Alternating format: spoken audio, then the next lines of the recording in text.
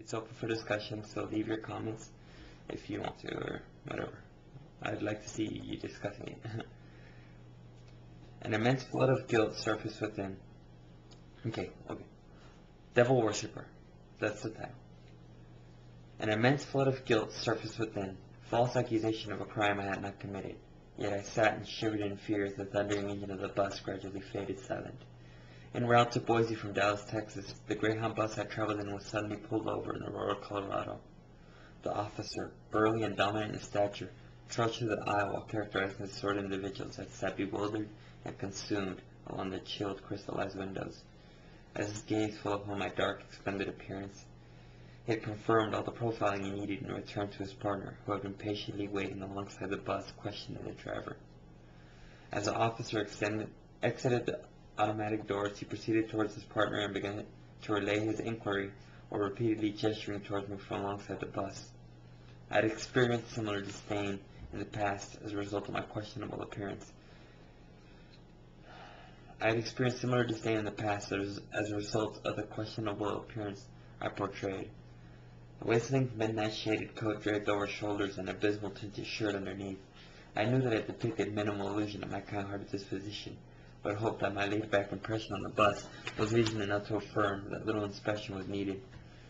In the position of the officer, or literally anyone viewing me from the outside, I could only concur with their suspicions.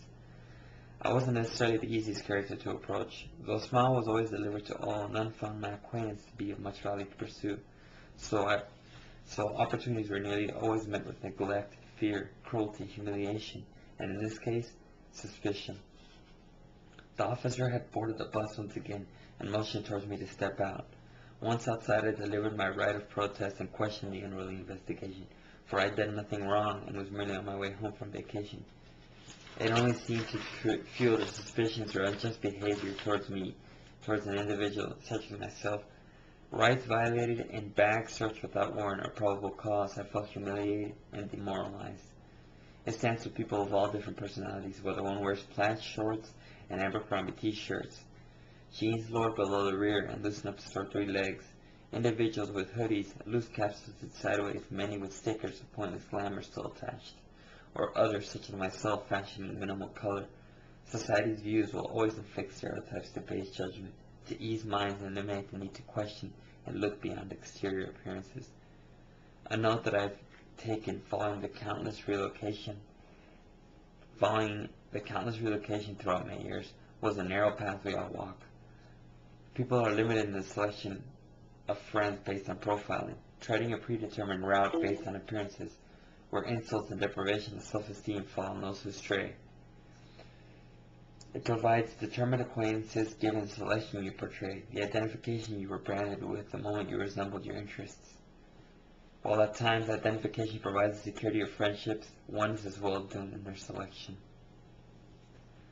A casualty of stereotype for years, at the age of 17 I had gone out to purchase batteries and noticed along the way people's gaze fell upon me as I walked towards the department store, and immediately they crossed the street and chose to walk an alternate path.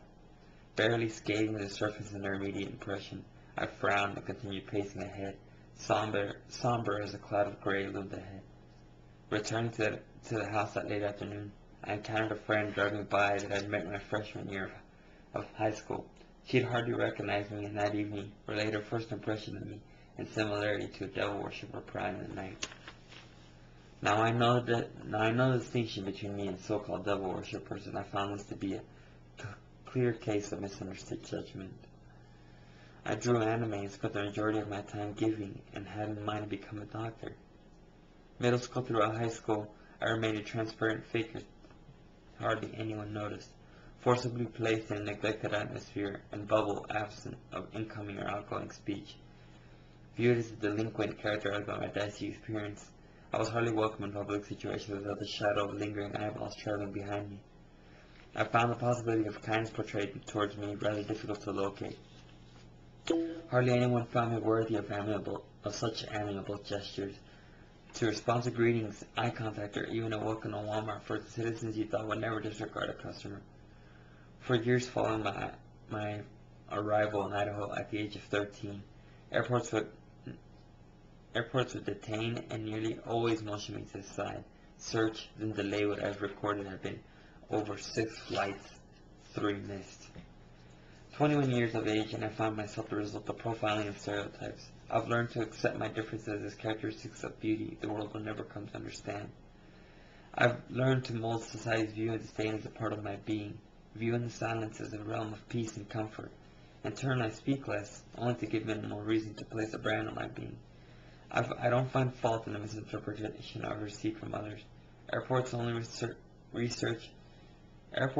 search for inconspicuous individuals which pose a threat, whom I've unfortunately had the tendency of resembling on more than one occasion. I've come to terms with the neglect received during my years of schooling, resulting in my lack of communication with others for the remainder of my semesters in high school. As I stood at the conclusion of my senior year of high school, I walked to the podium with a total of 2 friends throughout my entire duration of schooling. The fact remains that I've been reluctantly placed in a position of change, whether I've chosen the route or not. During the years following my relocation at the age of 13, I've unfortunately endured a plethora of high schools until my graduation 5 years after. During this period of time, I've taken into account similarities between schools located in Idaho, Texas, Colorado, and a few others in various locations throughout the Midwest, and found that the cruelties of stereotype extend far beyond the reaches of borders and schools. It's often found that blame, accusation, fault, and enmity are placed and expressed towards a certain group of individuals possessing a particular set of characteristics, which tends to emit fear, discrimination, and at times violence and perjury towards the spoken group. Stereotype has provided the effortless task of destroying the reputation of an individual. It's a cruel set of circumstances when the lives of young adults and adolescents are destroyed as a result of false rumors, a spoken word or two that completely dismembers and dismantles an image that has taken an entire lifetime to build. To disregard compassion and morality entirely and categorize society, humiliate, sabotage, debase, and blemish the lives of innocent bystanders attempting to express themselves in truth and honesty.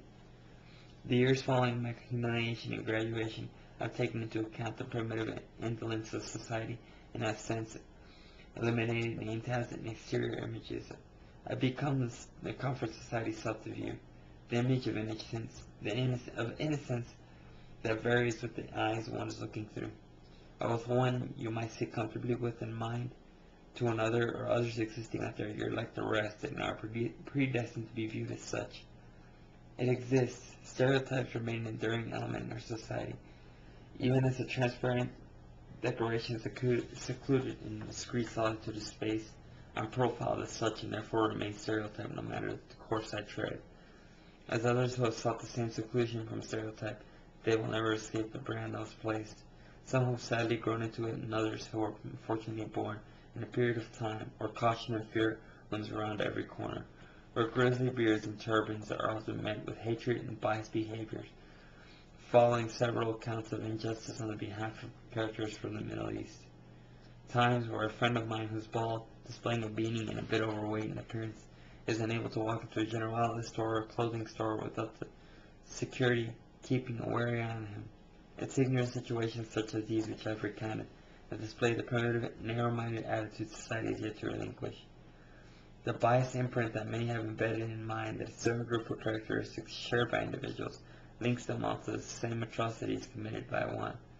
That all people of a certain region, those displaying a specific form of clothing, listening to a certain type of music, or retaining a specific interest or status in life, hold the same qualities or traits as those who committed criminal behavior whom they resemble. Regrettably, I've been forced to discard several articles of clothing since graduation, trips to more formidable clothing stores for influence, and found myself fashioning chaps and polo sweaters. It's become quite a difficult task shopping for clothing, having to decide between JCPenney and Banana Republic. What is pleasing to one pair of eyes is a condemned stereotype in another. Choosing what pleases your interest and taste, what's acceptable in society's eyes, and what's acceptable in culture's eyes provides for one laboring shopping experience. A difficult task indeed.